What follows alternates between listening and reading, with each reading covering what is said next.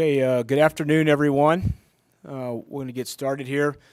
Brigadier General Gill, ladies and gentlemen, guests, welcome to Army Leader Exchange. I'm Colonel John Hickson from the Center for Army Leadership, and I want to thank you for joining us this afternoon for the next installment of our lecture series. It is my distinct pleasure to introduce to you today our guest speaker. And I'd like to make a special welcome to our guests from the Israeli Defense Force that are here at Fort Leavenworth this week, and also to all of our viewers watching on Facebook Live literally around the world. Colonel Retired Douglas Macgregor is a decorated combat veteran, the author of 5 books, and the Executive Vice President of the Burke-McGregor Group, LLC, a defense and foreign policy consulting firm in Reston, Virginia. He commissioned in the regular Army in 1976 after 1 year at the Virginia Military Institute and 4 years at the United States Military Academy at West Point. He retired with the rank of colonel in 2004 and has remained engaged in the defense establishment around the world over the last 14 years. He holds a Master's of Arts degree in Comparative Politics and a PhD in International Relations from the University of Virginia. Colonel Macgregor is widely known in defense circles inside of the United States, Europe, Israel, China, and Korea, and others for both his leadership in the Battle of 73 Easting during Operation Desert Storm, which was the Army's largest tank battle since World War II, and for his thought-provoking books on military transformation, including Breaking the Phalanx, Transformation Under Fire, and others. His 4th book, Warrior's Rage, The Great Tank Battle of 73 Easting, describes the 1991 actions for which he was awarded a Bronze Star with V device for valor. His books have been translated into Hebrew, Chinese, Russian, and Korean, and his 5th book, entitled Margin of Victory, is currently available from the Naval Institute Press. This afternoon, Colonel Macgregor will be speaking to us about Mission Command in the 21st Century Army, a very timely topic for all of us here at the Combined Arms Center and those listening around the world. Just a couple of administrative notes. Please hold your questions until the end. Following his prepared remarks, there will be an opportunity for a question and answer. And for those here in Arnold Conference Room, please push the button on the microphone so that all of our listeners can hear your question. And then a final reminder, this is an unclassified forum, so please keep any questions or discussion unclassified. Ladies and gentlemen, please join me in welcoming Colonel Retired Douglas Macgregor.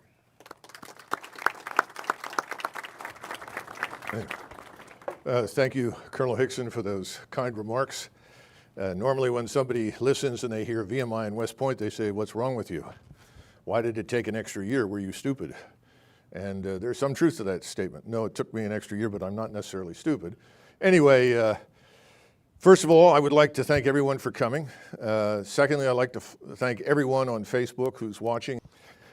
Being here from Washington is a special pleasure. And I didn't realize it really until I hit the ground in Platte City.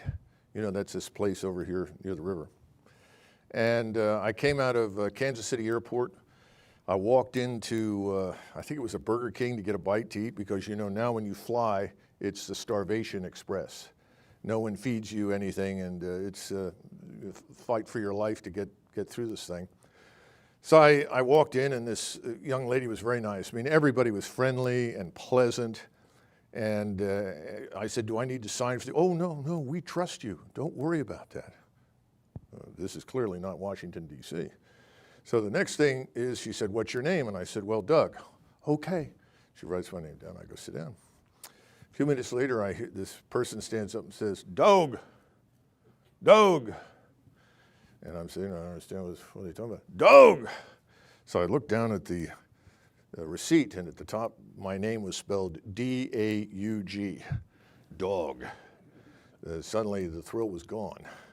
But nevertheless, everybody is very happy and smiling and says hello.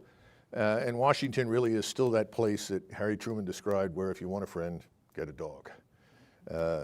You're not received that way in Washington, D.C., so it's a pleasure to be here. There's something else that I wanted to talk about before we go into this. This is very important, in my judgment, because of the new national defense strategy. For those of you who have not read through it yet, the National Defense Strategy does make it abundantly clear that the armed forces are supposed to shift their attention away from permissive environments and low-intensity conflict to increasingly contested environments and high-intensity conventional warfare. And that's really my focus in the discussion today. This is not about low-intensity conflict. It's exclusively about high-intensity conventional conflict. So that's the first thing. Second thing is, in Washington, those people that I mentioned earlier, they're not bad people, they're good people, but the vast majority of them know almost nothing about your profession, about the military. Some do, there are exceptions, but the vast majority of people who are sitting in Congress, in the House, or in the Senate simply don't know much about it. They do not understand what it takes to build military power. They do not understand that military establishments are inherently anti-democratic and authoritarian, that obedience to orders, especially under fire, is an absolute in the minds of most professional soldiers, Marines, and others. That's very important because it is against that backdrop that we're going to talk about this thing called mission command. Because although we want to be absolutely certain that our military is responsive to us, those of us in uniform understand the criticality of obeying orders. Simply obeying orders is not enough to be effective, and increasingly in the future for us, it's not going to be enough to win. The reason for that is simple. We're now in a very different position from what we've been in the past. The strategic environment has changed. We have a relatively small army from which we have to extract much more combat power, more fighting power than we have previously. Historically, we have viewed the regular army as this core around which larger forces would inevitably be built. Ladies and gentlemen, that's an unrealistic expectation now. That force, whatever it is in the regular army that you have at the beginning of unanticipated or anticipated crises and conflicts, is the force that will be decisive in most cases. The reason for that is very simple. Nuclear weapons have eliminated total war. There will be no total war, but nuclear weapons have not necessarily eliminated war. And there are areas between the great powers, whether today in the Middle East is something like Mesopotamia, from the Persian Gulf all the way up to Lebanon on the Mediterranean, areas in Eastern Europe. These are areas that are not necessarily part territorially of any of the great powers, but they are areas where there is conflict, where there is likely to be confrontation. There will be no massive buildups on any side signaling anything. And if you look very carefully today at Russian force development in particular, the Russians are not building forces designed to be mobilized. They're trying to build standing, capable forces that on short notice can launch offensives or perform defensive missions. They are at the middle of a process that really began early in Putin's term. It takes off about 2010. They've got a few more years to go before they're really in a state of readiness that they want to be. But that particular trend in force development is also visible in China. I think you're going to see it more and more with Turkey, Iran, and many other nations, where instead of a force that's designed to mobilize large numbers of people, you are instead mobilizing a much more professionally trained, competent, disciplined corps that on short notice can be thrown into action. We necessarily have to provide a similar capability. We have to have an army, both for homeland defense and expeditionary warfare. But that army has to be in a much higher state of readiness, higher state of training. It needs to be prepackaged for missions so that it arrives ready to fight. It is not large enough such that we can have an army for Eastern Europe, an army for the Middle East, an army for Northeast Asia. Those days are over. The majority of the force will probably come from the United States or perhaps neighboring countries, depending upon where we are. But that core force, which may only be in the field 200 to 250,000, that force is the force that will decide the outcome of conflicts and crises that I see developing in the future. In that regard, for those of you who may be interested, I would urge you to go back and look at the building of the British Expeditionary Force. between 1905 and 1914. That force, in many respects, was a response to a similar environment. Of course, that force, for reasons that we don't need to go into detail, was not enough to sustain that particular war because the particular war they anticipated didn't happen. But nevertheless, we are in a similar state of affairs, and we have to answer some very, very important questions. How do we fight? Where do we fight? Whom do we fight? And for us as Americans, how do we get there? How do we get there? All of those things have to shape future force design and development in the United States Army. Now, against that background and the understanding of the criticality of obedience in this authoritarian, anti-democratic environment that is an absolute necessity for us as professional soldiers, I'm going to talk about this thing called Mission Command.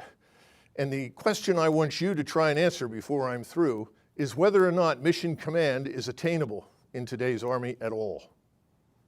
That's really the question. I can't answer that. I'm not in the Army anymore. It's not a question, is it good or bad, because you're going to hear from me that it's absolutely essential. But can we attain it? And how do we attain it, if that's in fact what we want to do? First slide, please. This is the accepted definition right now in the United States Army. I would say a few things about this more broadly than is evident in this paragraph.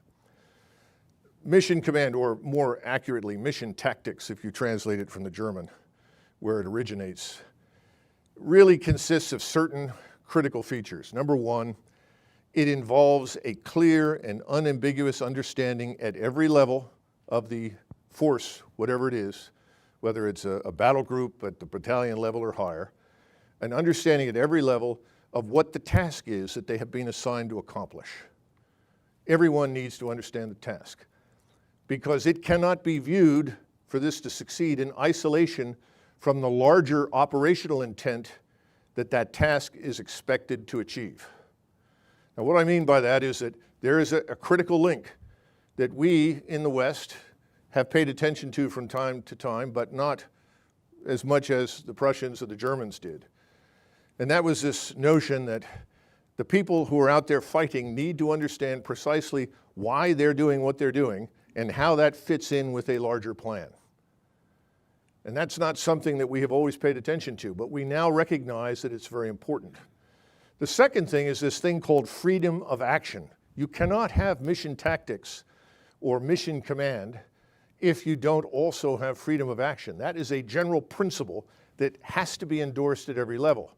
And what is freedom of action? Well, von Zeyck in the 1920s said it very simply: the individual, the man, the person who has responsibility for executing the mission should ultimately be able to perform the mission as he sees fit. In other words, we are granting the commander latitude in how he achieves his objective. So we're not providing him with detailed instructions as to how to achieve that objective. We're simply saying, this is your objective, this is your mission. How you do it is your affair with the means at your disposal. And that's very, very important, because that's something that I, for instance, growing up in the United States Army, rarely, if ever saw. In fact, the opposite was the case. I was expected to take reams of paper, several forest fires could have been started with them, distill them into yet another very lengthy written order, and then follow it religiously from point A to point B to point C and so forth until I had achieved the objective. This is very different. We're simply saying your job is to cross the river, take the other side, and continue to discover what's in front of you, effectively, is the way you would translate that in Prussian terms. So this is culturally very different. Now, this thing called mission command worked very well for the Germans. It has worked from time to time, although we didn't call it mission tactics or mission command, in other armies. And specifically, it's worked sometimes in the United States Army, but not by design, as I will discuss, more often by accident, and I'll explain that. But it rests on a certain foundation that must exist. That foundation involves certain attributes, certain conditions. Number one, an organizational culture, an institutional culture that supports risk-taking. It supports initiative. It supports offensive action, an offensive mentality that dictates that even in the defense, you are interested in finding ways to attack and destroy the enemy from whatever vantage point you can find that is advantageous.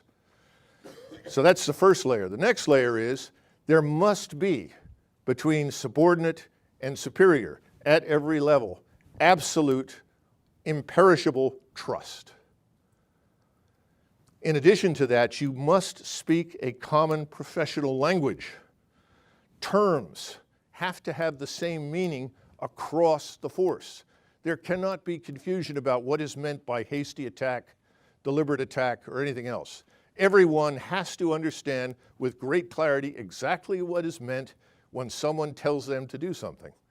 And finally, you're talking about a culture of what in the old cavalry forces many, many years ago was called orders from the saddle, a culture that essentially capitalizes on human potential to the maximum extent possible by leaving as much of the detail as possible to the executive, but at the same time essentially walks away from the complex, detailed, and written order. And we'll try to understand why the Prussians moved in this direction, because, ladies and gentlemen, we are not Prussians. We're not Germans. We are Americans. So whatever we do has to be done with that particular point in mind. In other words, we have to adapt to certain realities of American culture and American thinking. It's inevitable. So the notion of simply taking what the Prussians devised and shoving it inside the United States Army is unrealistic. It doesn't make sense, and it won't work. But a version of it, I think, can work, and that's part of the process, and part of answering that question is attainable. Next slide. Now, key points to take away. Where did Mission Command come from? Did someone simply wake up and decide, this is the way we're going to do business? Absolutely not. Prussia begins as a very small state with very few resources, very few people. In fact, it's interesting that we have Israeli guests today because Prussia and Israel share certain commonalities in terms of their founding and their development, except, of course, that the Prussians were relentless in expanding their country. But the Prussians didn't have the vast resources of, say, the Austrian Empire, the Tsarist Empire, of the France of Louis XIV, Louis XIV, and other great powers. They were not inherently wealthy like Great Britain, having extracted huge wealth from their empire. And their decision became very clear that they had no natural borders. It was not very difficult to invade Prussia. The place is largely flat. It's built on this great North German plain that reaches all the way out to the Pripyat marshes. So how do you build a force that is going to be effective if it is always outnumbered? That means you have to get the most that you possibly can from the force that you've got. That means that you can't have dead wood. Automatons don't work. And the Prussians ultimately, at the hands of Napoleon Bonaparte, learn this lesson the hard way when they come up against the ferocious grand army of Napoleon and this great genius who leads in many ways that become the model for the Prussians and subsequently for their German successors. And it's in that period that you see this thinking change dramatically and an understanding that people at every level, not just the senior officers, but at lower levels, have to be thoughtful and engaged. And this thing called the General Staff has to be very real. We'll talk more about that in a second. So national culture, history, and geography influence the way things develop in command. The United States Army in World War II consisted of millions of men. We had almost 100 divisions. In September of 1944, we had 63 divisions on the ground. The British had 19. And yet, when we fought in the Ardennes, we ran into great difficulty against a German army, which, to be perfectly blunt, was a shadow of what it had been just 18 months earlier.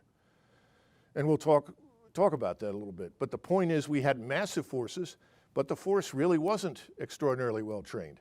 It was better trained in 1941 and 42 than its predecessor in 1917, and that was largely due to Marshall and others who lived through that nightmare. And what they saw in World War I was a disaster. We fought for 110 days. We had 318,000 casualties. 110,000 dead. We averaged 1,000 dead American soldiers in every battle. Think about that, 110 days. Incomprehensible. I can't imagine the American people tolerating anything remotely like that today. That's also one of the reasons that when it ended, everyone who was part of it was thrown out of office, and we essentially said, we will never do this again. Now, my point is very simply, we live in this setting where there has always been an abundance of resources, an abundance of people, an abundance of materiel.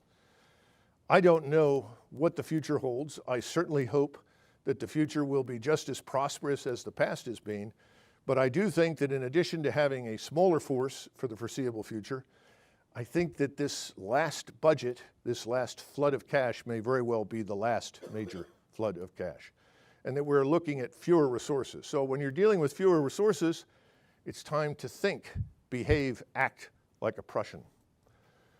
Low-intensity conflict, centralized command is the norm. If you have space-based intelligence, surveillance, reconnaissance, if you have absolute air supremacy, if you have the ability to strike at will anywhere you go, if the enemy is disorganized or at least not organized as a modern scientific, industrial, military power would be, and you're an irregular, then you can do many things differently. One of those things, particularly in low-intensity conflict, is that you can be very restrained.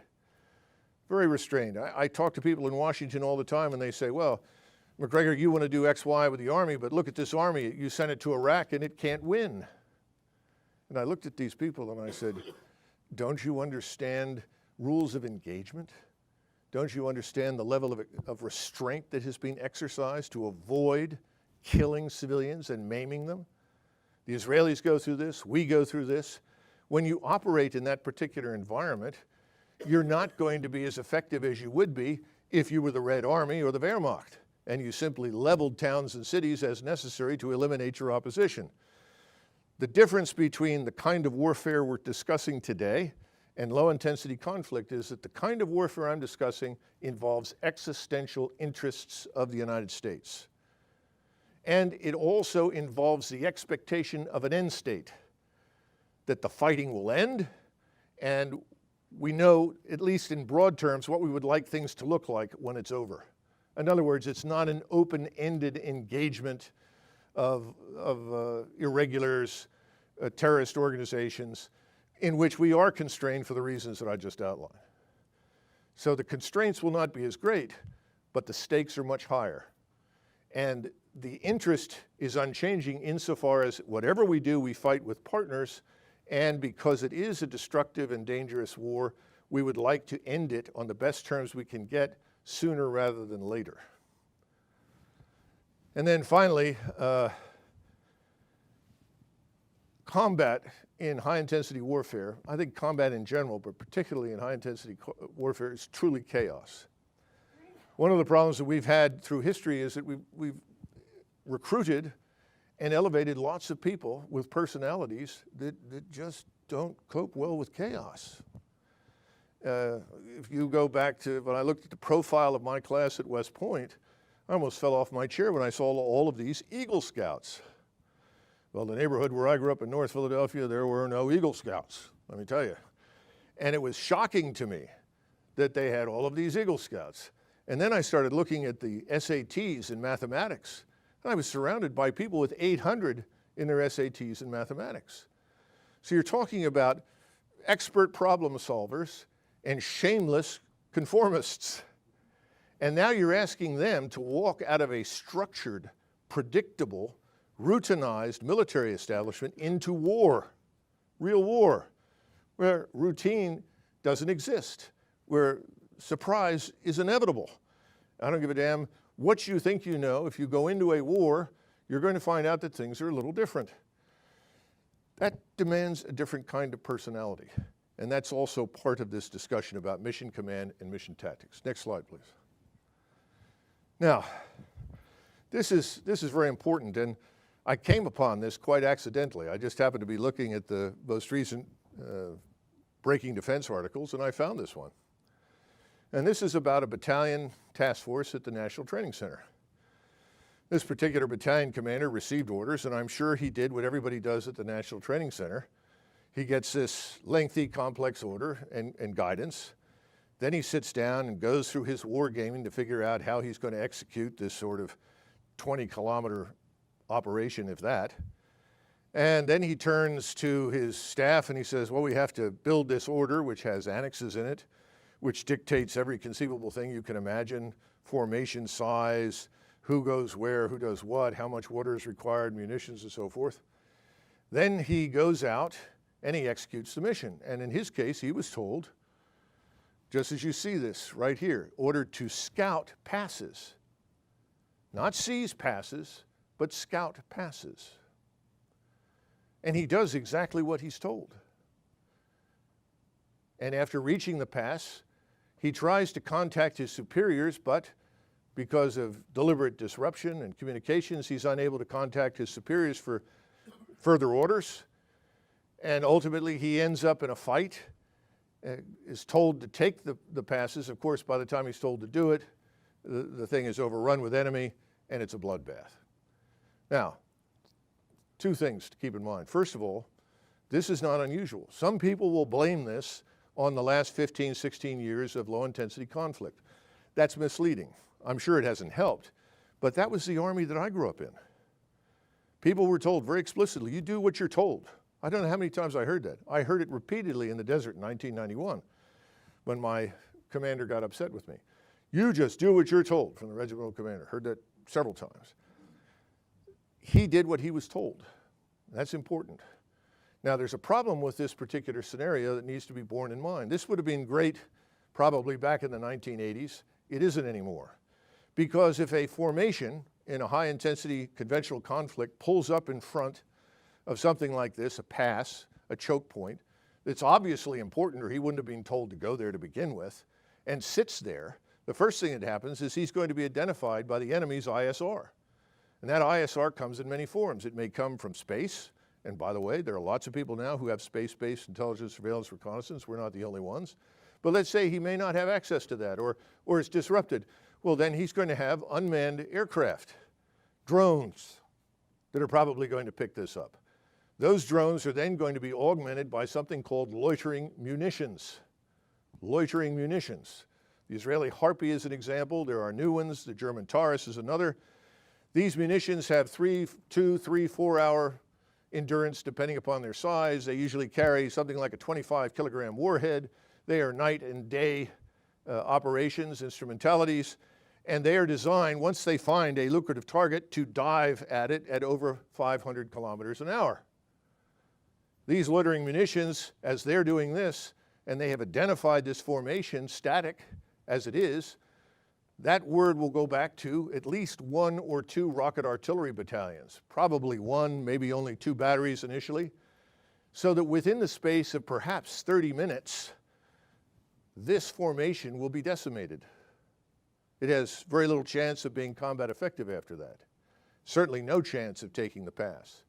And if the survivors stay where they are, they will be annihilated. That is the battlefield where we are going to operate in the future. So this scenario is a bad one. It's not even imparting a reasonable tactical lesson. Next slide. But what's the lesson that we should take from this for our purposes today? Well, the principle up there is pretty obvious to many of us.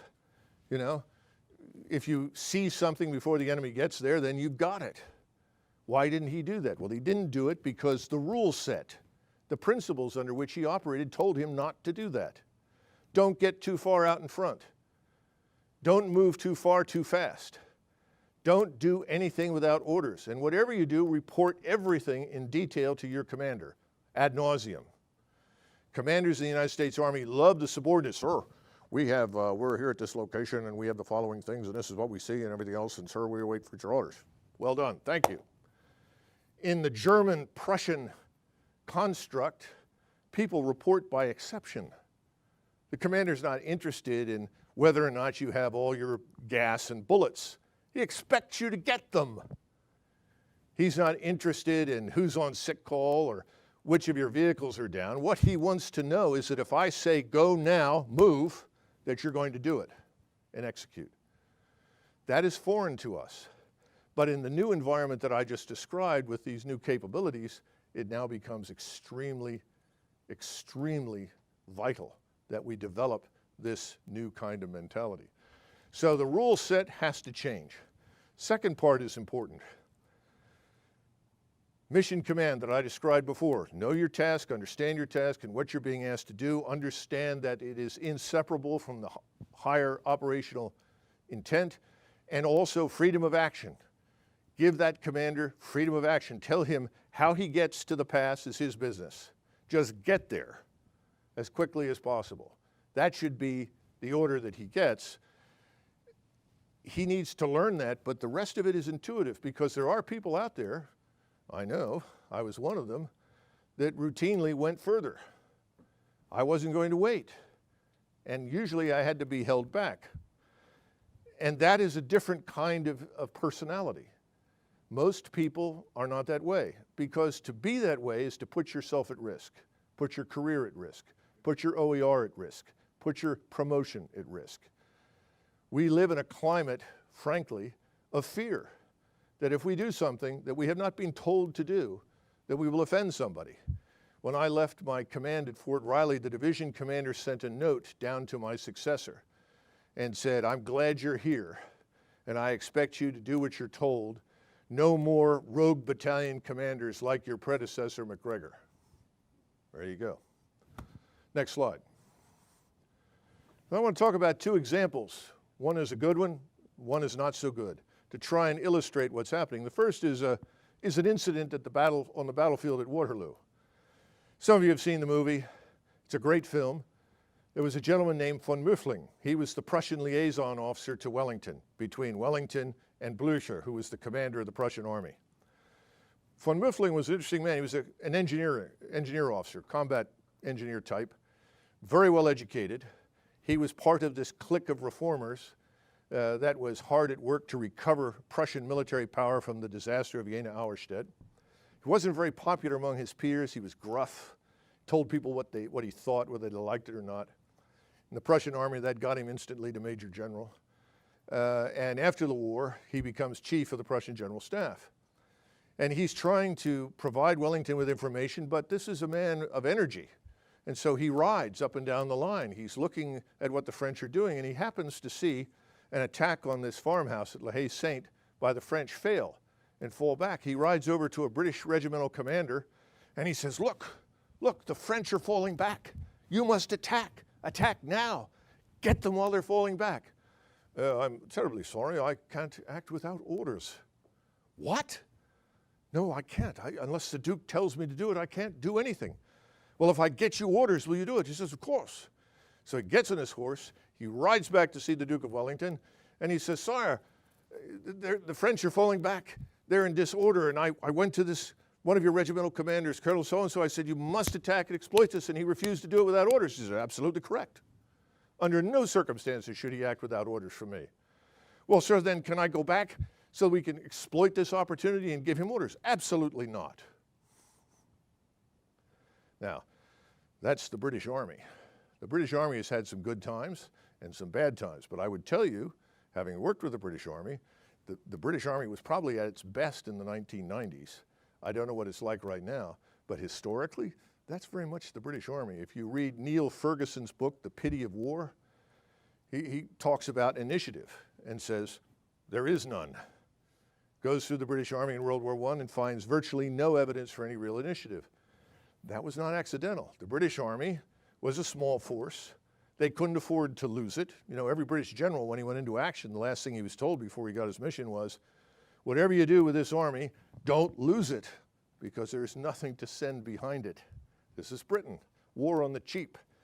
So that's the first issue to understand culturally. The second part is that they didn't recruit from the top of the pile genetically.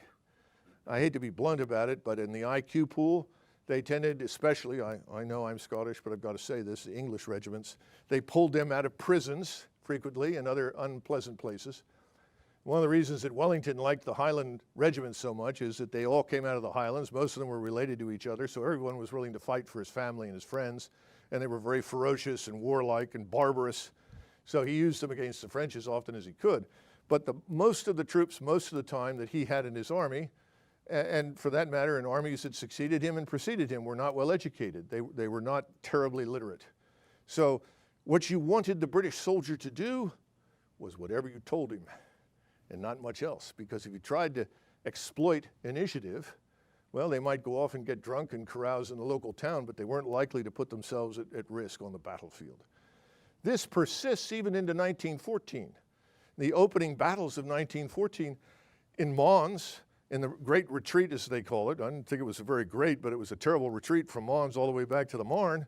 They lose 15,000 people in about 10 days to the Germans. They survive, which is a miracle in and of itself. It was a very good army for the size and what it did.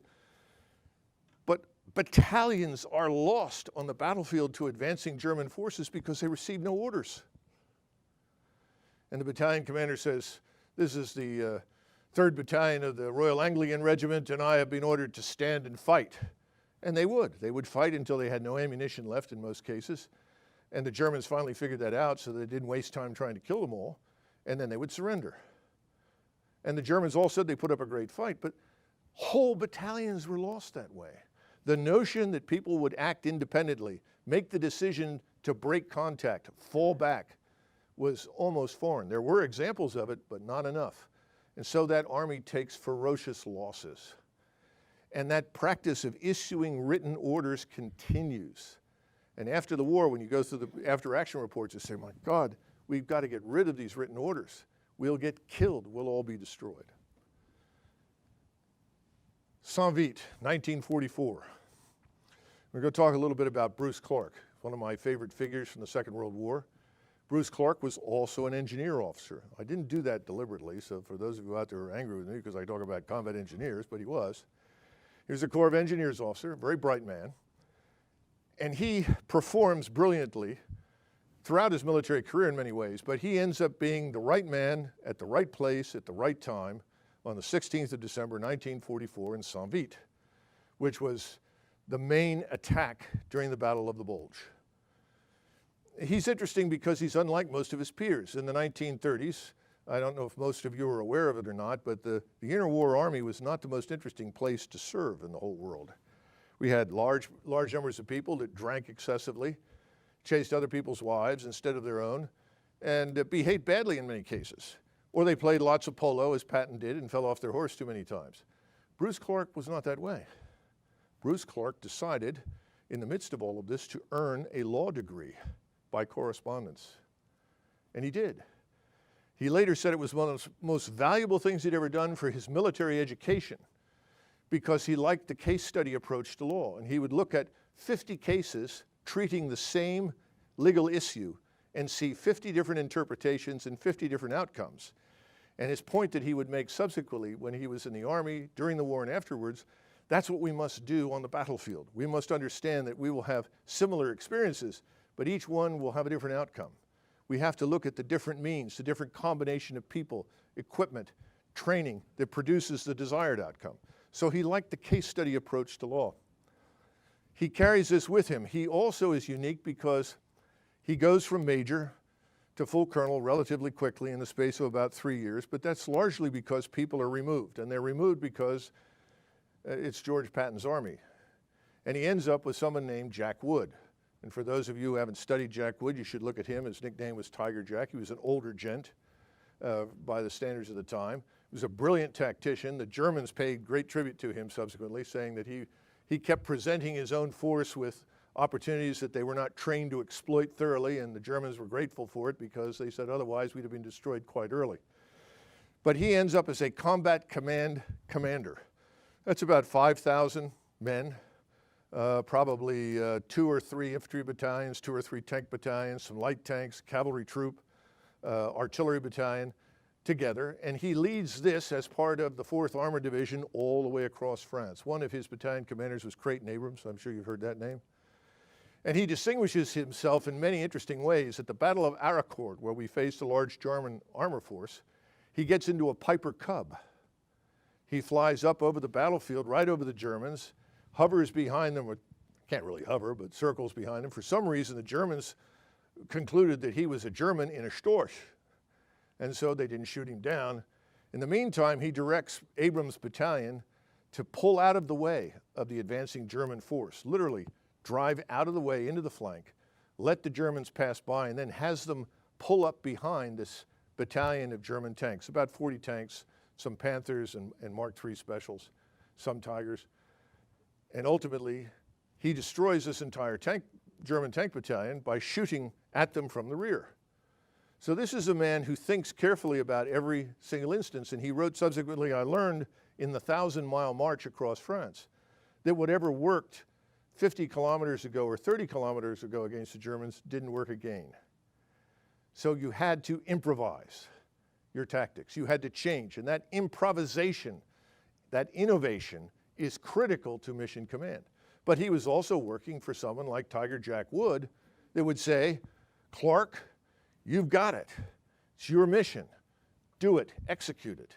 And he had a force in the combat command that allowed him to essentially operate pretty much on his own, occasionally reinforced in a very fluid environment across France. Next slide.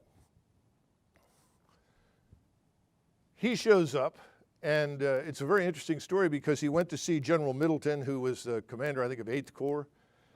And Middleton, really didn't know what was happening. This is the 16th of December. This is the first day of the battle. We were genuinely surprised, but he knew that things were not good, and so he said, I want you to go up to Saint-Vite and see what you can do to help General Jones. General Jones was the commander of the 106th Infantry. Bruce Clark had just pinned on his star, and he received a scathing note just a few weeks prior to that from George Patton, who said, God damn it, Clark, nobody knows who the hell you are. If they did, you'd have been promoted long ago. Because Clark was not the sort of person to walk up and down the halls, beat his chest, and tell everybody he was a great man. Well, he finally gets his star. He's sent up there. His combat command has to move 70 miles to get to Saint-Vite through the worst imaginable weather. In fact, imagine what we had today with mist and fog, only worse, and freezing cold rain and snow. He gets up there, and of course, Jones doesn't realize it, but he is directly in the path of the main attack of the German armed forces right through Saint-Vite. But remember, Bruce Clark is an engineer. He looks at the map, quickly establishes that Saint-Vite is at the center of a road net that the Germans absolutely must have if they are going to get to the Channel. Now, he didn't know that Antwerp was necessarily the goal, but he looked at that and he said, this attack has nothing to do with just crossing a river or driving a wedge. They want to get to the Channel. So he gets there and he decides that he's going to have to do things differently from what General Jones did. General Jones has a heart attack, he goes away. He begins picking up remnants of units, and as his combat command comes forward, it has to struggle past thousands of U.S. troops, vehicles, equipment, guns that are pouring to the rear to get away from the Germans. So he fights his way forward. He picks up another artillery battalion. He picks up some cavalry troops, some survivors. In the meantime, we have a mass surrender of 10,000 infantrymen on the ridge just above Saint-Vite to the Germans. Things look pretty grim. And he decides, no, I think we can be successful. I think we can maintain ourselves, but this is going to have to be a delay. We're going to have to run a mobile defense, because if we're static, that's something the Germans can handle very well. So he sets this up so he has tank reserves positioned behind and in Saint-Vite that can rapidly move to various points to engage the enemy as it tries to move through. Suddenly there's a command change. An army boundary shifts. Half of the U.S. forces, as I'm sure some of you are aware, were theoretically under Bradley. In reality, they were under Patton. The other half were shifted to Montgomery. Well, at the same time this happens, the 18th Airborne Corps commander is told that he has control of Saint-Vite. Ridgway shows up, who's the 18th Airborne Corps commander, meets with Bruce Clark. Bruce Clark explains what he's doing. He says, no, that's not what I want you to do. He says, what do you want me to do, sir? He says, I want you to dig in. Dig your tanks in. Dig everybody in. Just like Bastogne. Well, what nobody seemed to understand about Bastogne is that, first of all, you could get around Bastogne fairly easily. The second part is just south of Bastogne, there were 10 battalions of U.S. Army artillery and 40 tanks. So needless to say, the Germans went on the other side to avoid it. Couldn't do that at Saint-Vite. And he said, well, if I do that, I'll be encircled and destroyed. He said, oh, we'll fly support into you the way we have to Bastogne. He said, gasoline? Tank rounds? You're going to parachute that into us? He said, it can't be done. Ridgway got very testy, and Ridgway actually questioned this man's valor, essentially suggesting that he and his division commander, Hasbrouck, who was nearby, somehow or another had lost their nerve and wanted to retreat in front of the Germans. He could not understand the criticality of a mobile defense. Ultimately, it all becomes moot because Montgomery, who sends one of his liaison officers down there to see what's happening, comes back. Montgomery calls and says Clark is doing exactly the right thing. Because Montgomery reasons that as Clark falls back and delays the Germans are going to run out of fuel. So he says, Clark's running them out of fuel. Let Clark do his work. Hold them up, run them out of fuel. And ultimately, Clark becomes the hero of the day. I don't know how many DSCs and Silver Stars and God knows what else he gets. Eisenhower said that he was the linchpin in the whole Ardennes battle and so forth. But Clark was a unique personality.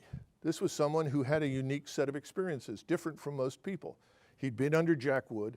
He'd had this 1,000-mile jaunt all the way across France. He knew how to employ the forces in this combat command probably better than anybody else in the world. He knew how to mix tank destroyers with medium tanks and so forth. So he's very successful.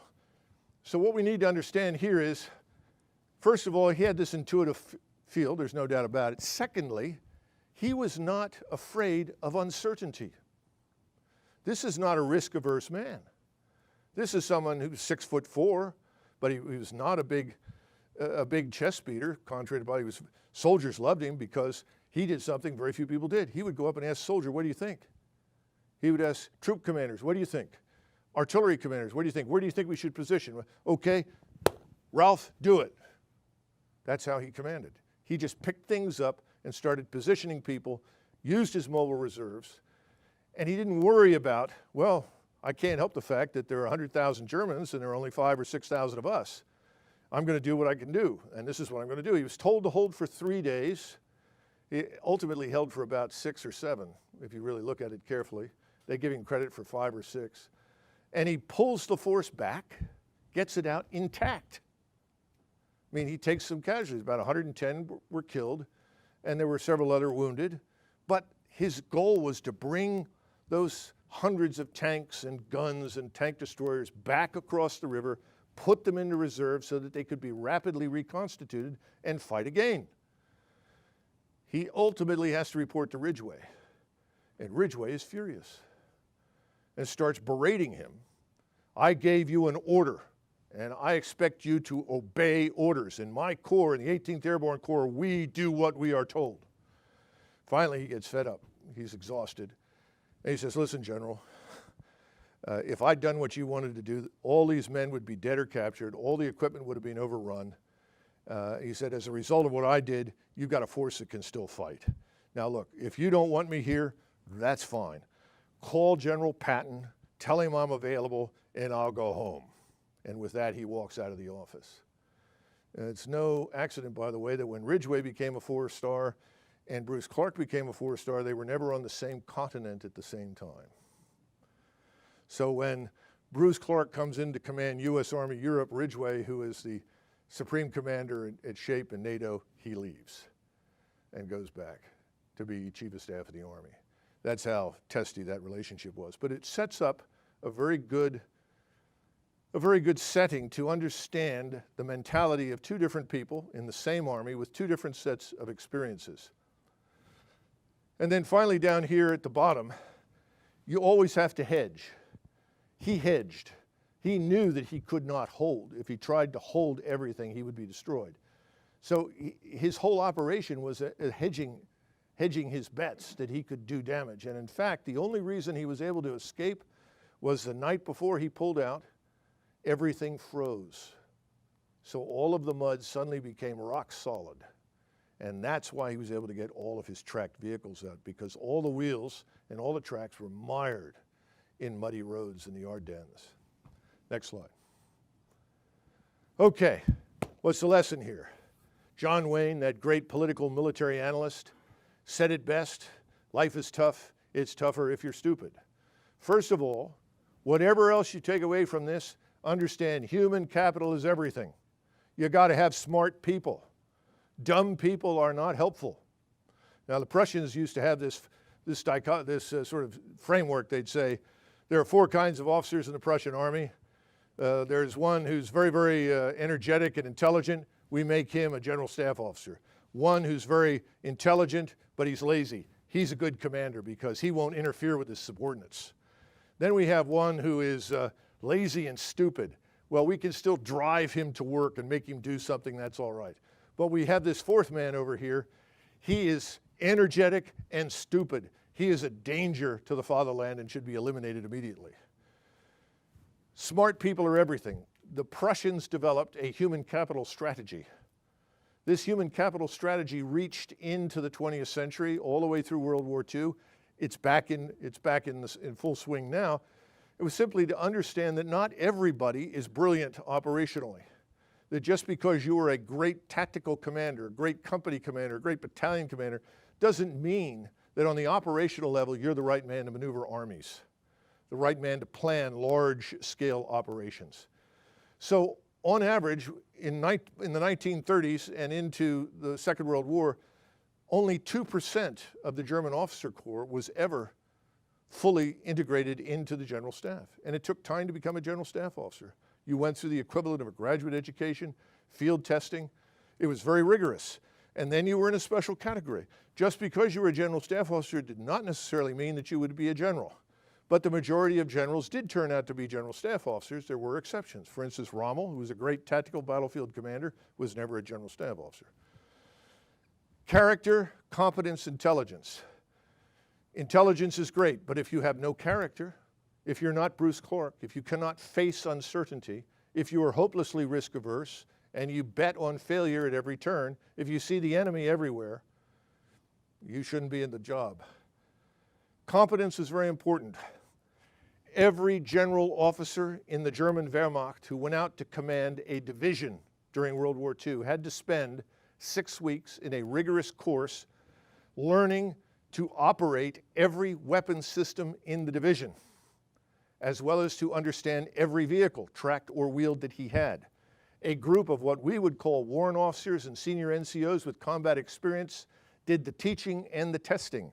The senior warrant had to approve the general officer for command. And it was serious. Several general officers were not approved. Now, I only saw one general who fell into that category in my 28 years of service. That was Glenn Otis, for those of you who may know him. Glenn Otis very much was in that mode. That sort of thing is vital and essential and critical. In 1991, we had reams of general officers who did not understand the weapon systems at their disposal. They did not understand the dangers of fratricide when you huddled people together with 25 millimeter cannon and 120 millimeter smoothbore cannon in close proximity, that they would shoot themselves. They thought in World War II terms. They were trying to create dense packs. They kept talking about, we can't let the enemy get through. I kept asking, I thought we were attacking. This was the mentality in 1991. Finally, at the bottom, Moshe Dayan said something during the 57 war, and I think the Israelis have kept true to this basic design. It's better to have to restrain your commanders than it is to push them into action. That's very important, because we really like the careful person who doesn't take risks. We see him as prudent and balanced. And someone who says, well, listen, I think we can do X, Y, and Z, we tend to view him as dangerous, unbalanced, and ill-suited for his position. Next slide. Now, central to all of this is this word trust. And I can't overstate it. And for trust to really exist in a combat formation, everybody in the combat formation has to know each other. I know that sounds ridiculous to some people, but it's true. Commanders have to be known quantities where the rubber meets the road. Soldiers have to see the commander, not in the rear, but at the front. And this is one of the things that Mission Command ultimately encouraged, and this is part of this freedom of action notion. The commander has the latitude to execute the mission with the means at his disposal as he sees fit. He is going to be forward to ensure that it is done. And if things have to change, he's going to be on the spot to change them. Now, many years ago at the National Training Center, we would get brigade commanders who would come in. I worked with one.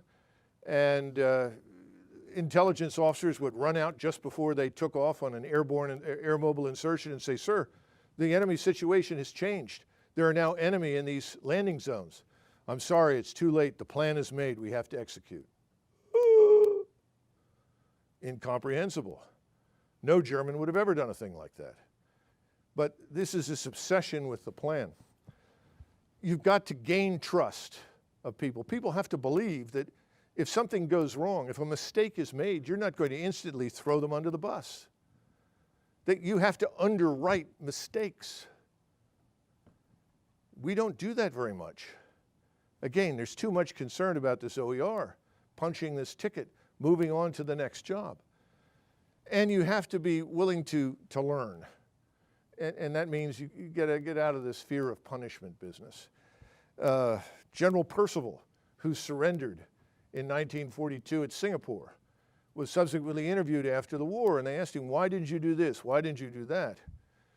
And he said, "Well, we had learnt on exercise before the war that it was dangerous to do those things." And essentially what he was saying is, why didn't you push further? Why didn't you maintain contact with the Japanese? Well, I learned not to do that. Again, it's back to what did you learn?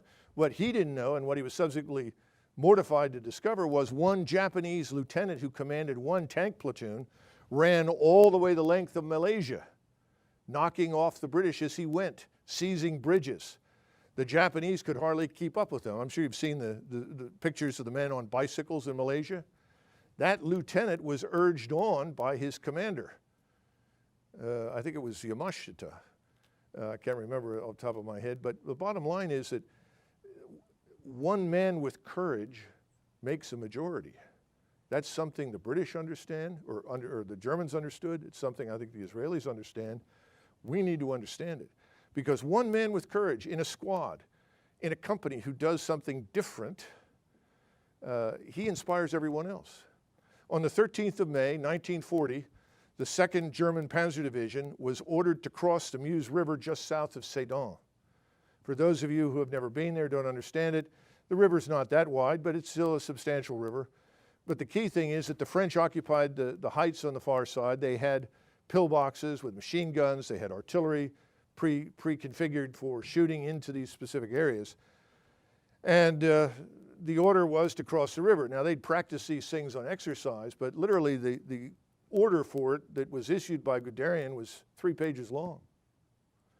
And one of those pages was a target diagram for the Luftwaffe. In the 2nd Panzer Division, things didn't go very well for the most part, but there was one assault team led by a sergeant, a staff sergeant by our standards, a German. His name was Rubat, and he was about 25 years old, 24 years old. He was a combat engineer, another engineer. And he had this assault team of little rubber boats, and his particular assault team had already taken casualties. He was down to about 8 men. He'd originally had something like 12 or 15, so he picked up 11 infantrymen, Panzer Grenadiers, armored infantry who were nearby, took them with him. He gets across the river. He's the only one who makes it across of 6 or 7 assault teams.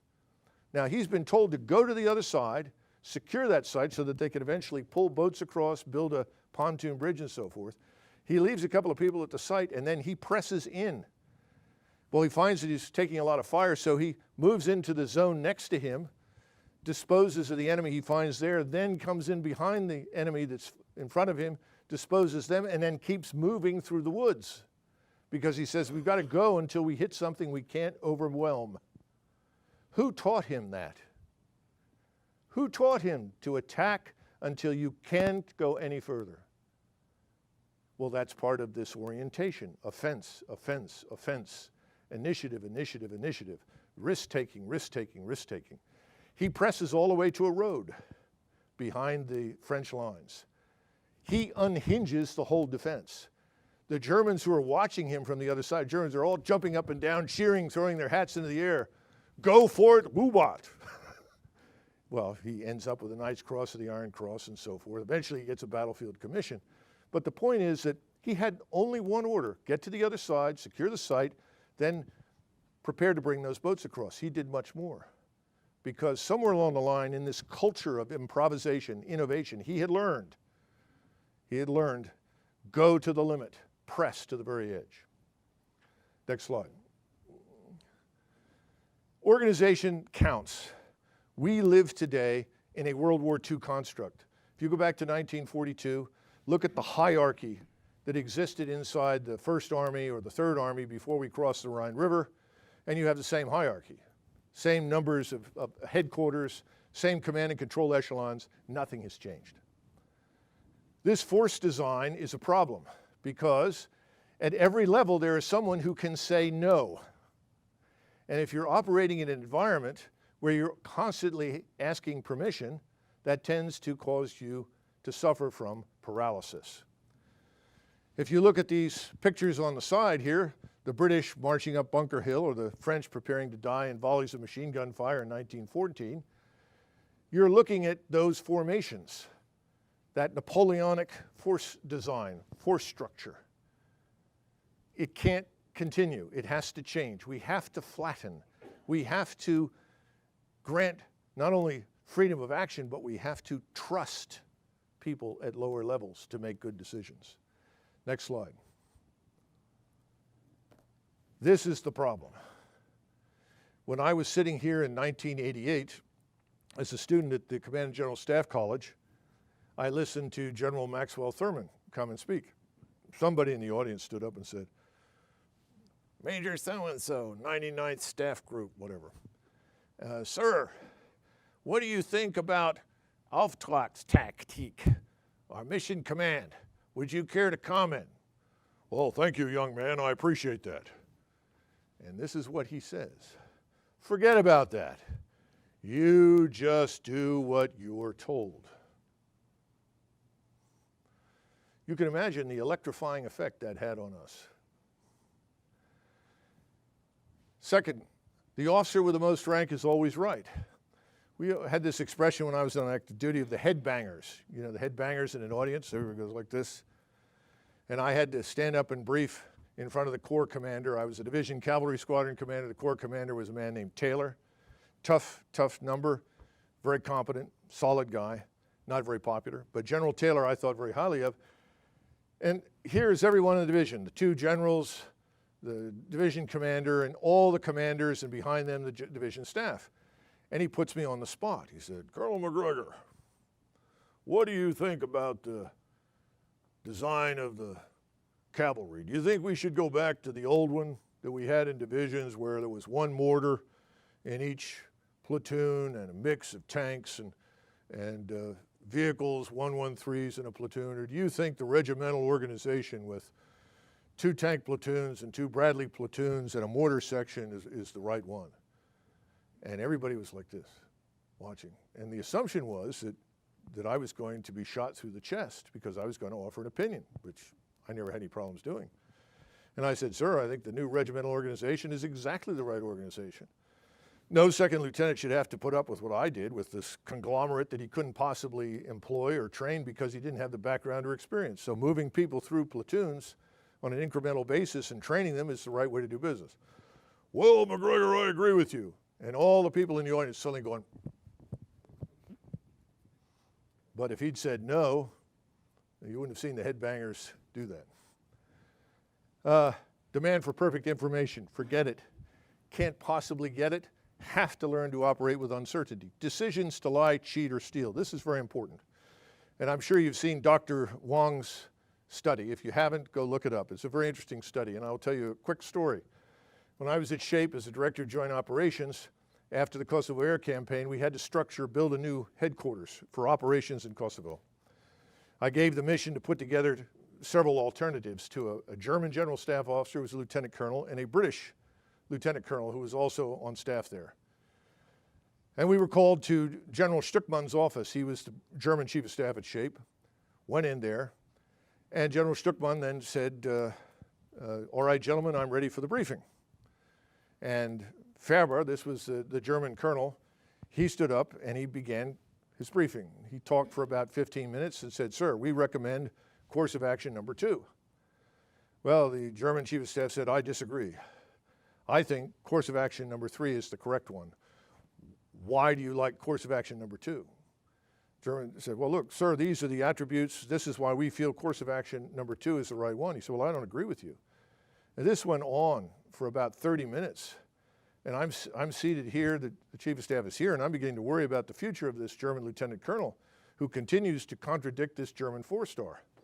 Finally, after over an hour, the chief of staff turns around, looks at me, and then he looks at the briefers. He said, I agree with you. I think you're right, Colonel. Course of action number 2 is the right answer. We will go with course of action 2. Is there anything else? I said, no, sir. He said, thank you very much. We all get up to leave. And as I got to the door, General Strickman put his hand on my shoulder and he said, stay. So the door closed. And then he spoke to me and he said, I know that you were very worried about Colonel Faber. I said, yes, sir, I was. He said, you know, I am the senior German general staff officer at this location. I received a call this morning that this German lieutenant colonel is on the battalion commander's list. He hasn't been picked to command a battalion, he's simply judged qualified. I received a call from the general staff this morning and I was asked whether or not I thought this general staff officer should command. He said, so I had to test Colonel Faber. And what I put him through is something which is a traditional Prussian approach to find out if the individual who is arguing for a particular course of action genuinely believes in the course of action that he is supporting. And I had to be absolutely sure that Faber was not going to say something because he thought I wanted to hear it. I wanted to know that he was a man of character. He said, he passed the test. He said, now Douglas, he said, you know, we Germans have had this experience with yes men. It did not work out well for us. And I know that in your army, you have lots of yes men. It is not a good thing. That was one of the most important events in my short, undistinguished military career. He was absolutely right. And this whole idea of mission command that we're talking about was destroyed in the last 18 to 24 months of World War II with orders that said, hold every inch of ground, not so much as a millimeter. Give up nothing, fight to the bitter end, which consigned millions of people to their deaths. If we are going to have mission command, we cannot have yes men at any level. We have to have trust. Everyone has to be able to tell the truth. Everyone must be able to speak their minds. It's absolutely vital and essential. The man who stands up and says, sir, I don't agree, I think that's a bad idea, if he is routinely shot through the chest and passed over, we're finished. Next slide. This slide, some people would call it the dog's breakfast slide because there's too much on it. I apologize for that. But I did want to talk about the top 3 points in some detail because what the leader does is so important. And I'm talking about general officers, colonels, everyone up and down the chain of command, down to the squad leader. Everyone listens to what you say, but people have a habit of doing what you do.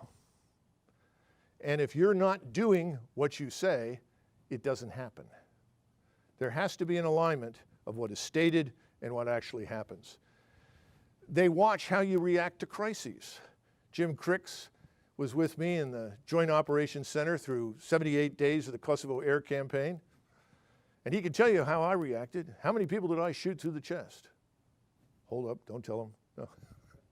No, the point is, you have got to be like Bruce Clark. You've got to say, all right, well, listen, I can't stop the whole German army, but I can hold them up. And this is what I'm going to do. And we're going to do the best we can. And when it's over, we're going to survive. That's all he could do. That was enough.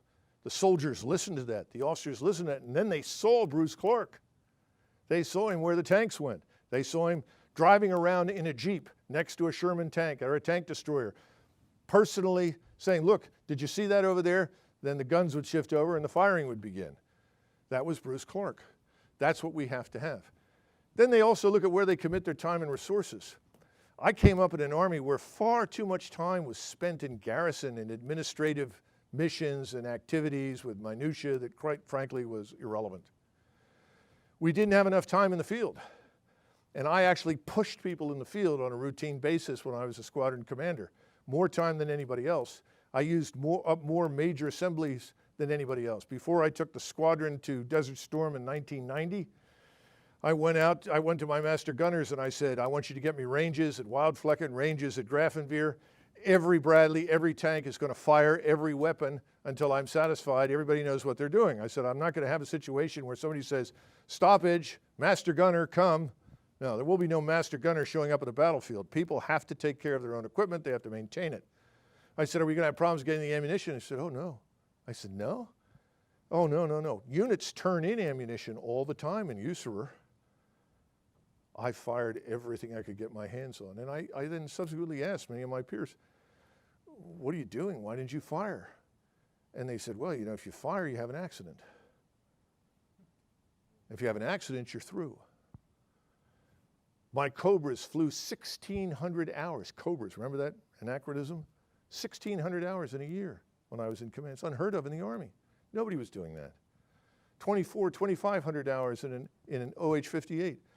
And again, I would ask people in the aviation community, well, is this going to be a problem? They said, oh, no, no, no, no. People don't use up their flight hours because they're afraid of having accidents. So I got everybody else's flight hours. I took everybody else's major assemblies. The point is that where you put your time and resources tells your subordinates what's important to you. That's what they key on. The rest of this is fairly straightforward, but the key point is integrity. Integrity is at the top. First, you've got to demand it, but you've also got to demonstrate it. You've got to invest in your subordinates. That doesn't mean that you have to patronize them. It doesn't mean that you necessarily have to teach them everything. By the way, one of the things that was said at the command course when I went through it was a brigadier general, whose name escapes me, he said to a group of lieutenant colonels and colonels, you are the most experienced men in your battalions. Nobody knows more than you do. Are you kidding? I had lots of officers who were much more knowledgeable in a whole range of areas than I was. I had NCOs that knew a hell of a lot more than I did in many cases. When I came into my first platoon, I had 2 NCOs, had 3 tours in Vietnam with the 173rd Airborne Brigade. I mean, there were always people there, ladies and gentlemen, that know more than you do. If you take that position, you are lost because they're going to win the battle. Your job as the commander is to create the conditions conducive to success for your commanders. They have to fight and win. You're providing them whatever it is that they need. Because when the fight comes, you're not always going to be on the spot. You're going to be strung out. You're going to have forces exactly like Bruce Clark did, all over the place, in the middle of bad weather, where there's no visibility, where no one knows what is going on unless you show up and tell them. That's going to happen. I don't care how good our ISR is, how wonderful our long-range acquisition is. That will happen. Okay, next slide. This is the last one, or the next to last. The first part is very important. Ladies and gentlemen, surprise is inevitable. We are going to be surprised not just tactically on the battlefield, we may be surprised by what shows up in front of us. Just as the Germans were surprised by T-34s, subsequently we were surprised by Tiger tanks. We're going to be surprised by new kinds of aircraft. We're going to see new kinds of loitering munitions that fly faster. They're going to be smaller and pack a bigger punch. All sorts of things are going to happen that surprise us. The only way to cope with it is to have people who have been encouraged to think, encouraged to improvise, encouraged to innovate, encouraged to do whatever is required to be successful to accomplish the mission. Meticulous planning, which is the sine qua non of the United States Army, is not going to get us there. It never has, and it never will. Centralized control is not the answer to uncertainty because it won't work in the chaos of a real knockdown, drag it, existential threat battlefield. Integrity is everything. Integrity is everything. Everyone must tell the truth. Honesty is critical. Don't stand up and tell soldiers anything that is not true. If you do, you will eventually be held accountable by your soldiers. They need to know the truth. If things are bad, you tell them this is bad, this is the way it looks, and this is what we're going to do. If you do that, you can be successful. So at the bottom line of all of this is that without absolute integrity and absolute trust that it supports, nothing good can happen. Can you bring up the last slide now, please? I just wanted to advertise here for two things. First is a book called Mission Command. It's an anthology. A number of different Army officers have contributed to it. It's edited by Don Vandergriff. It's a good book. You'll get a variety of interesting perspectives. You don't have to agree with everything, but it's worthwhile to go through it and see what they have to say. The other is by a friend of mine, Eitan Shamir. He's an IDF officer, very bright scholar. He looks at Mission Command through the lens of armies that have tried to adopt it and implement it. The US Army, the British Army, the Israeli Army. And I think it's a great read and it's well worth your time. And there are lots of excellent examples of everything that we have discussed today. So, ladies and gentlemen, that's my presentation. You've been very, very kind and patient. Thank you.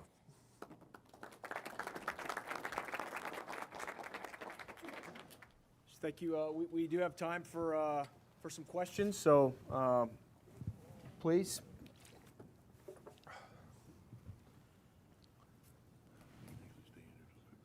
Okay. Everyone is struck dumb. Yes, sir. Thank you very much for the presentation, first of all.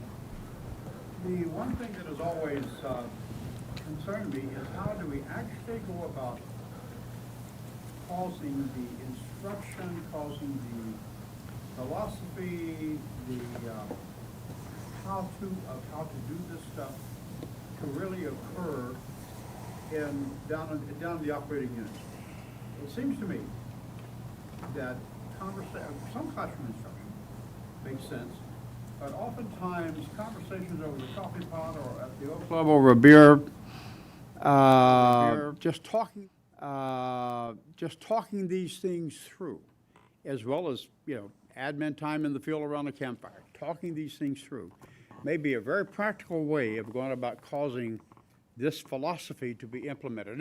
It's a moving target, and it's a growing thing. It takes time, I think. What do you think? Well, I agree with you, but I would say that what the Army lacks right now, that it has had from time to time in its history, and the Germans used it, by the way, with great success, is that we need some experimentation.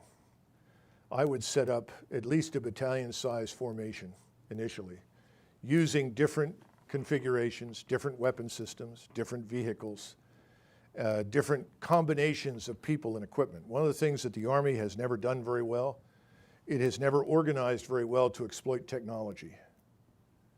It tends to view the technology as something we add on to what we've already got, instead of seeing technology as something that you may want to organize differently to exploit effectively. So I would like to see something similar to what the Germans did, certainly in the late 20s, early 30s, up until about 1935, and that took several years. You had a very bright group of officers. It was initially under a colonel named Lutz, whose name is rarely ever mentioned. Major Guderian was one of the people that worked with him, who ultimately becomes a colonel and then later a major general. But the point is that they experimented with what they had at their disposal. In those days, they were welding sheet metal to trucks, and they were mounting radios in vehicles, and they didn't have big guns, so they used cylinders and so forth. We have the resources where we could take at least 8 to 100 to 1,000 troops. We could bring in people from the force, because I'm not one of these people that thinks that we have to go to MIT to find somebody to tell us how to do this. I've never bought that. I think we got a lot of good human capital on the ground in the Army right now. We need some junior officers who are smart, some good people. Then we need to start experimenting, find out what will work. Take these loitering munitions, take some of the new rocket artillery, automatic mortars. Look at how we might operate differently from the way we have in the past. Integrate the SHORAD, integrate air defense. What does it mean when you have sentinel radars and other kinds of radars in your formation? What information do you have that you wouldn't get? What happens if the Air Force participates and Air Force officers are present? What's the impact going to be on communications? Might you throw out what you have completely and start over? What if you went to the Israeli Defense Force and looked at something like the Sky Sapiens, a directional antenna with a tethered aerostat that gives you 100 meters of height and changes the way you communicate on the battlefield? Everybody talks to me all the time about being jammed. Well, if you have a directional signal, that's a game changer. It improves your position dramatically. The point is, why aren't we doing these things? Because we have set in concrete certain things. We've said, first of all, we need to experiment with a BCT. No, we don't. We don't even know if we want a BCT. In other words, we may come up with something else. So let's find out what it's going to be, because we have an interest in flattening that organization, reducing those echelons. Let me tell you, if you start providing things to soldiers, they will show you how to exploit it and use it. We don't need large numbers of senior officers telling everybody how it should be. Big mistake. That's not the answer. The Germans didn't do that, we can't do that. And we can do it quickly. Look, they really started in earnest with this whole business about the armored force 3132. By 1935, they had developed the two battle group structure inside the German divisions that became our combat command structure. And they eventually whittled the size of that division down considerably from where it started. And they built their self-propelled artillery. They started moving everything to make it mobile, so that in 1935, they could stand up 5 headquarters for 5 armor divisions. By 1939, it's up to 10, and so forth. This is the United States of America. Germany was in the middle of a depression. We're supposedly one of the richest countries in the world. Why aren't we doing these things? Because there are a lot of people that really don't want anything to change. But we've got to change, which was the point of that first slide. Absolutely. Or we're going to get large numbers of people killed unnecessarily. Sir, I think we have a Facebook. Yeah. Okay. So the question from Facebook is from Jim Robinette. Is there any way to escape the trap of the Secretariat ever more centralizing decision-making? Well, there's always, the Mao's approach. Remember what Chairman Mao said? Shoot one, educate a million. You're supposed to laugh. I don't have an easy solution, but look, personnel is policy. We have to understand that. If you're going to pick people that you think are safe, who aren't going to change anything, then guess what happens? Nothing changes. We have got to get out of this business. If you go back to 1940, Churchill, after the evacuation from Dunkirk, realizes what a disaster he's got.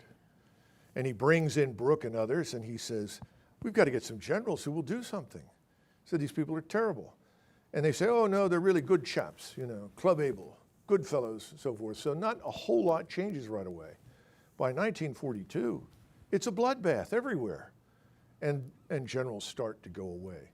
In the submarine fleet of the United States at the beginning of World War II, every submarine commander except one is gone in a year.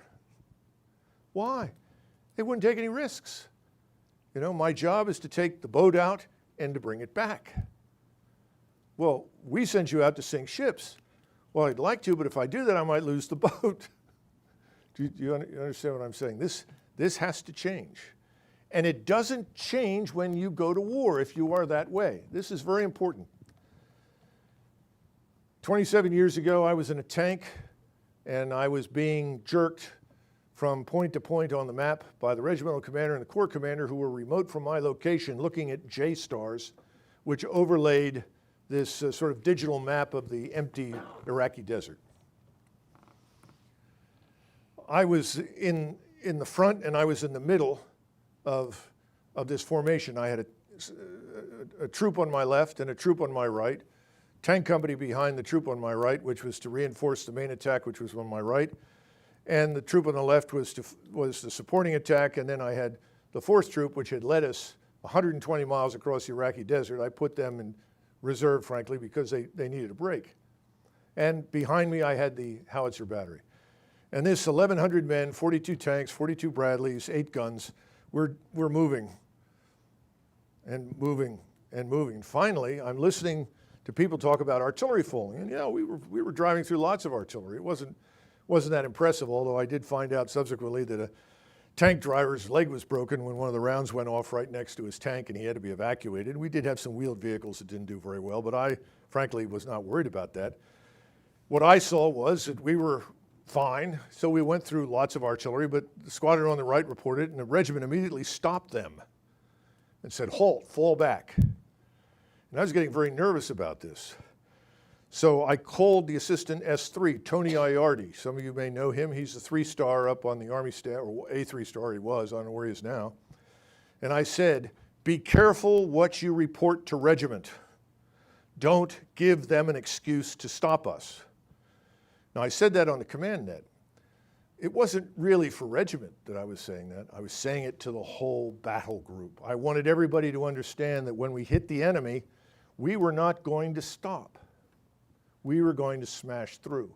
That is exactly what happened. And we fought through until there was nothing else to destroy. And then I stopped it because there was nothing out there and I had no idea where the hell I was. Now, I shouldn't have had to do that. But that was the administrative peacetime army and its influence and its culture lingering into the war.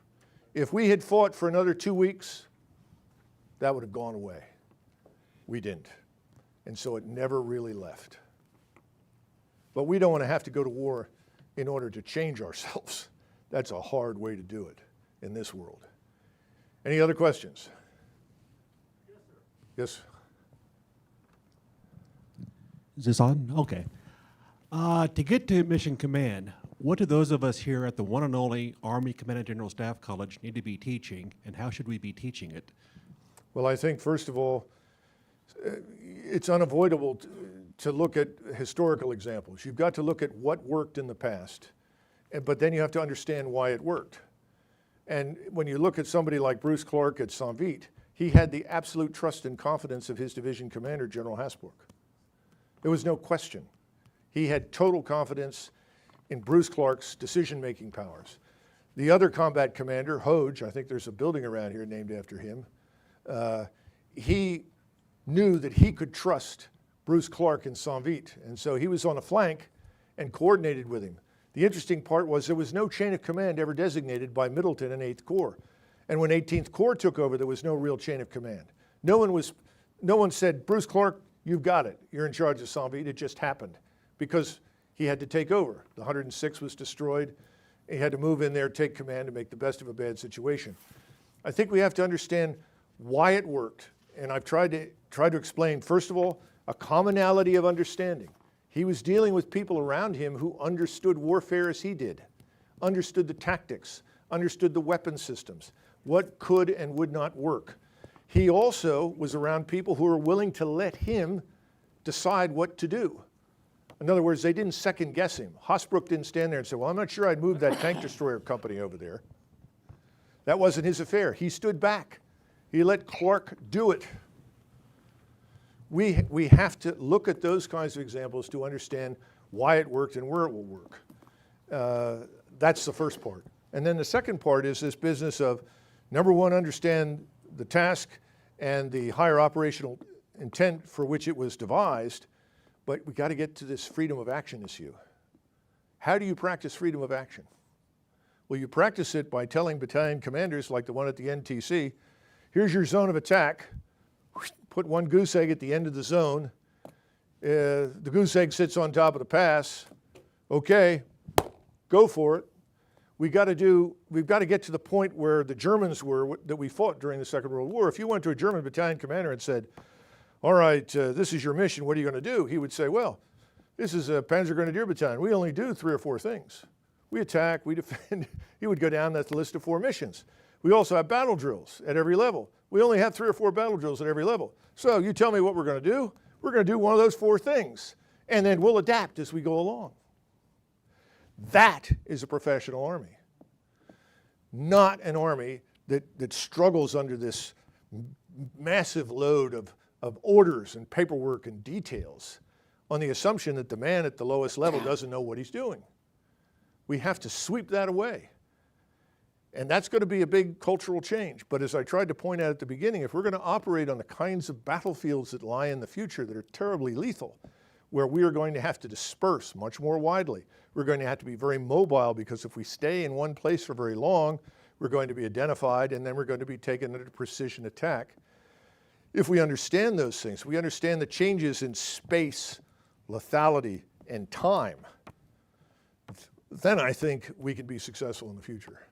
But we have not addressed spatial change, lethality change, and timing. And one of the things that I mentioned in my books over and over and over again is you've got to build formations on land that operate like ships at sea, combatant ships.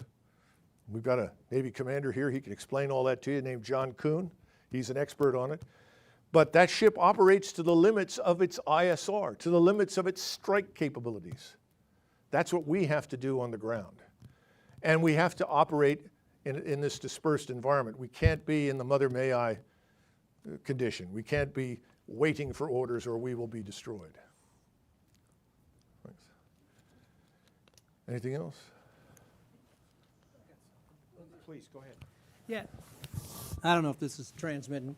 Doug, so, I mean, cultural change, seeing a need for cultural change is one thing, but as Lenny Wong would tell you, accomplishing that, or what he calls organizational change, is extremely difficult. And do you see sort of some one or two, maybe three things that might help achieve at least a modicum of cultural change? Well, the first thing is this experimental force that I'm talking about. Because one of the things that the Germans found was that the people that were involved in this process of building the new force, which became your armored force, armored infantry, self-propelled artillery, and all this sort of business, they were believers. They promoted the believers and then sent them out into the force. Secondly, the German army never had a modern force in the sense that we think of it that was larger than about 400 to 450,000 men. The masses in the German army were World War I infantry divisions. They couldn't afford to build a completely modern force. They never did. The Soviets ultimately do that, but even they never came as far as we did during the Second World War. But my point is that we're talking about a 400,000, 450,000 man army. We ought to be able to take this experimental force. We ought to be able to demonstrate what works. We ought to be able to make a cadre of believers and then send them out. At the same time, we need people to devise new training scenarios, a new way to think about warfare based on this study of time, space, and lethality. And I think it could work. And then ultimately, we do need to look at the promotion system and figure out how we promote people and why we promote people. So those are the three things that I would advocate, and because I just firmly believe that the human capital is there. It can all be done.